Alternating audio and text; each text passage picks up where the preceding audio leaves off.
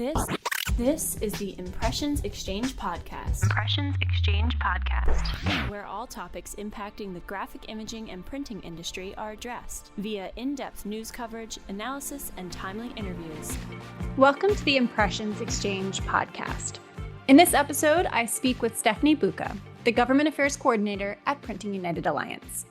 We discuss some of the top-of-mind issues right now in government affairs, recent action alerts, an update from the Postmaster General Louis DeJoy, and a look into a recent Mother's Day event held on Capitol Hill.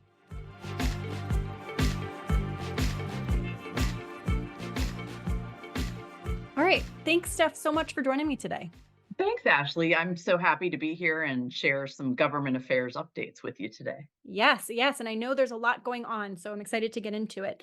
So, let's just first kind of frame, for the audience what's going on. So can you tell me what are some of the top of mind issues that are going on right now in government affairs? Sure. Well, a major issue is the presidential election, as you know. So, and the political uncertainty right now is top of mind. So, one thing is certain, it's going to be a close race.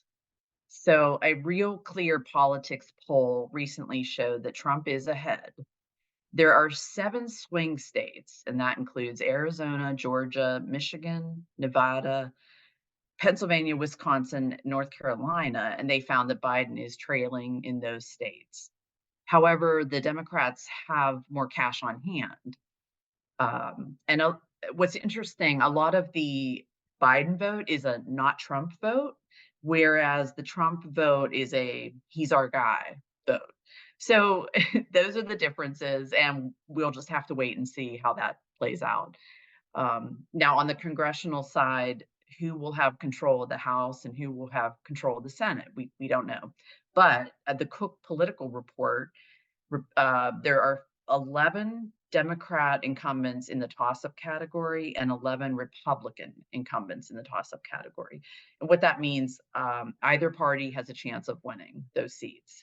So again, it's uncertain. We don't know.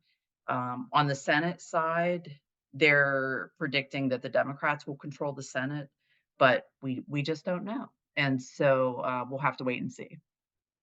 And are there any, updates on the regulatory side of things that could, potentially affect, small businesses or, companies in the printing industry? Yes. So we have seen an onslaught of federal regulations coming out of the Biden administration. I'm going to go through a list. I'm not going to delve into each issue, but I'm just going to kind of name these so you know how much is going on. For example, the EPA, they've issued a PM 2.5 air quality standard. They've issued the PFAS drinking water standard. They designated PFAS as a hazardous substance under CERCLA, or the Superfund law, and there's an OSHA walk-around rule. And then we have the Department of Labor that just came out with an overtime rule, and they've increased the salary threshold. And the FTC just issued a ban on non-compete. So, I mean, there are a lot of regulations coming out. And the Alliance is part of the Manufacturers for Sensible Regulations. So we support sensible regulations, but our concern is how these regulations are impacting our small businesses. For example, the National Association of Manufacturers reports that it costs the average per employee cost of regulations for manufacturers is $50,100. So that's per employee. So if you're a business with less than 50 employees, that it threatens your whole existence. And so our message right now is that we would like, if the Biden administration wants to promote growth in manufacturing domestically, we support that, but these regulations aren't in line with those goals. So that's what we're trying to accomplish there.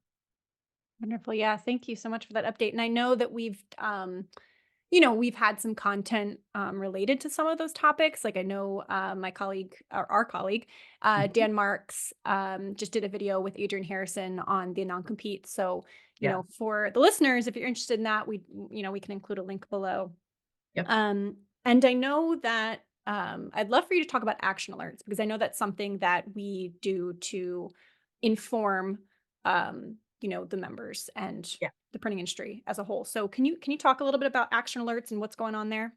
Sure. So we've seen a flurry of legislation at the state level for extended producer responsibility programs. And that puts the cost of managing waste on the producer or the manufacturer. So right now, we have three action alerts set up: New Jersey, New York, and Minnesota. And I'd like to give credit to my colleagues on my government affairs team, Gary Jones and Sarah Osorio. They have done an excellent job of advocating for our industry and to basically fight against this legislation. I'll give you an example. So in New York and New Jersey, the legislation is banning carbon black and saying that it's toxic, and that's not true. Carbon black in black printing ink is not toxic. So it's scientifically inaccurate, and it would just hurt our industry tremendously. So Sarah wrote a paper on carbon black, a white paper, and Gary's been meeting with New York lawmakers trying to explain how detrimental this would be.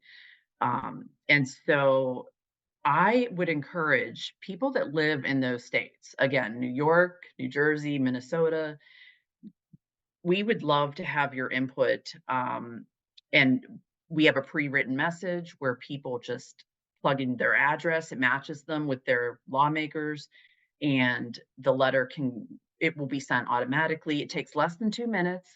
And so you would go to printing.org, our website, and then programs and services, and then action alerts, and you can see the three different alerts. So thank you. Yeah, it's really important. We need everyone's voice.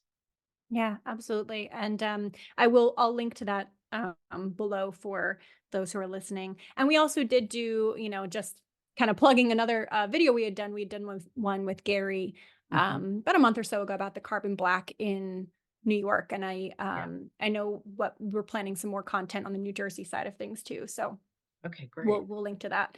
Um, so in terms of here's something that I know a lot of people in the printing industry are following very closely postal updates. Mhm.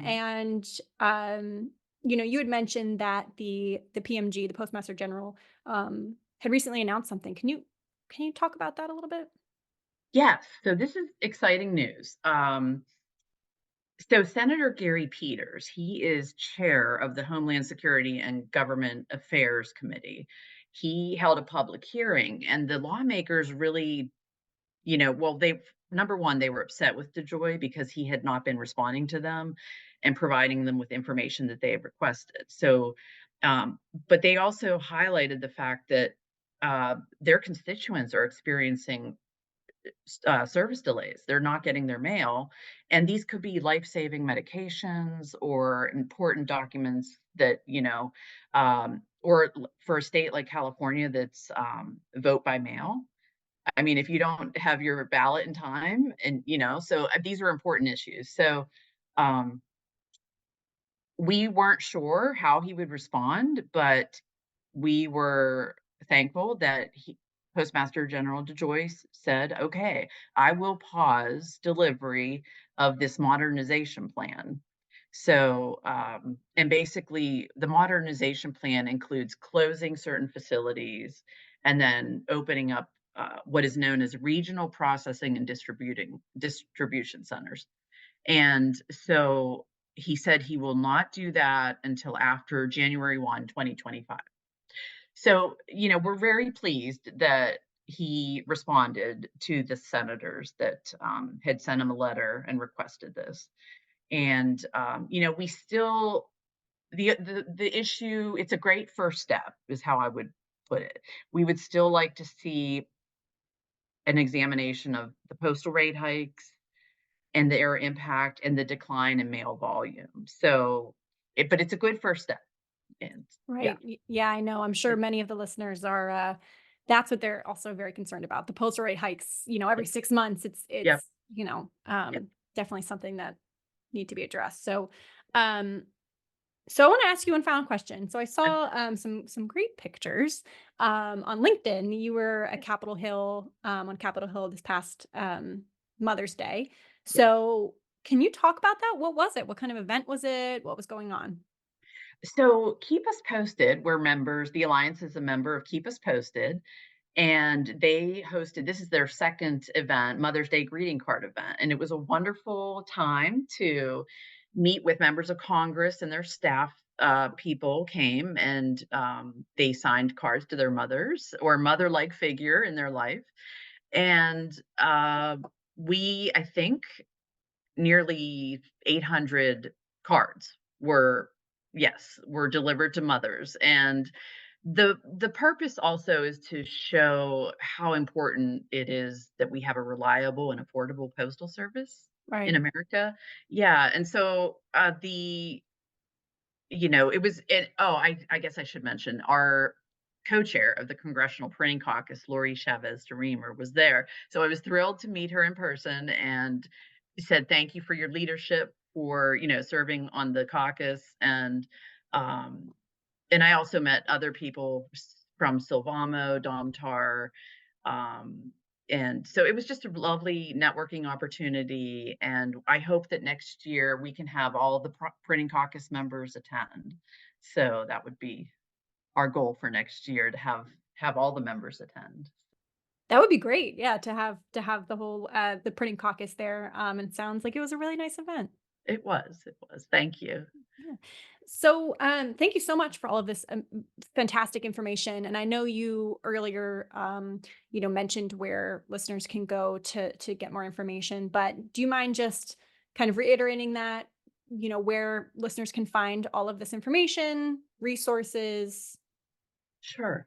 Yeah. So printing.org is our main website. And then we have an advocacy center. And if you click on the advocacy center, you will see the issues that we care about, and the action alert center where you can take those actions.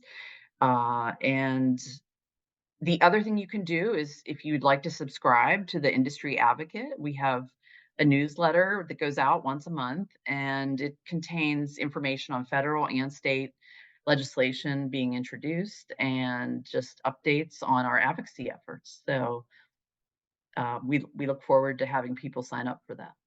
Perfect. Yeah. Thank you so much. And Steph, thank you for keeping us updated on what's happening with government affairs.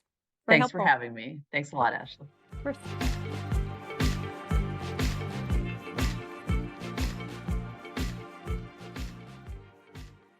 I want to thank Steph for joining me on today's episode. I will make sure to include links to everything discussed today in the description below. I also want to thank all of you, our listeners. Stay tuned for the next episode of the Impressions Exchange podcast.